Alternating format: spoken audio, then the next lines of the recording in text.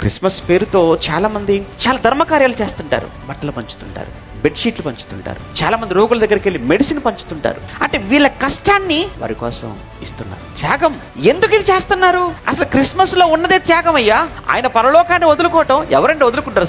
కుర్చీని ఎవరండి వదులుకుంటారు? సీఎం కుర్చీ వదులుకోమని చూద్దాం ఎవరినైనా. ఎవరు వదులుకోరండి సీఎం కుర్చీ. సీఎం కుర్చీ దగ్గర సర్పంచ్ ఎలక్షన్ జరుగుతుంది, సర్పంచ్ కుర్చీ వదులుకుంటారు అడగండి. వదులుకోరండి. అలాంటిది పరలోకములో దేవుడుగా, దేవుడితో సమానముగా ఉన్న ఆయన అసలు పరలోక కుర్చీ వదిలేశాడు, పరలోకాన్ని వదిలేశాడు, భూమి మీద మనిషిగా వచ్చాడు, మనుషుల్లో దాసుడుగా వచ్చాడు, దాసుడుగా మరలా కంప్లీట్ గా ఇక ఏంటంటే మనుషుల్లో లీస్ట్ పొజిషన్ ఉండదంటే ఇంకా అదే. ఏంటయ్యా ఈ త్యాగం? అక్కడ అధికారాన్ని వదులుకొని వచ్చాడు, ఇక్కడికి వచ్చేసిన తర్వాత ప్రాణాన్ని వదిలేశాడు. ఎంత గొప్ప త్యాగం. ఈ త్యాగాలు ఏమైపోయాయి క్రిస్మస్ లో? క్రిస్మస్ అంటే బెలూన్లు అనుకుంటున్నారా? క్రిస్మస్ అంటే కేకులు అనుకుంటున్నారా? క్రిస్మస్ అంటే కొత్త బట్టలు అనుకుంటున్నారా? క్రిస్మస్ అంటే డెకరేషన్ అనుకుంటున్నారా? క్రిస్మస్ అంటే ఏమంటే గెంతటం అనుకుంటున్నారా? నో.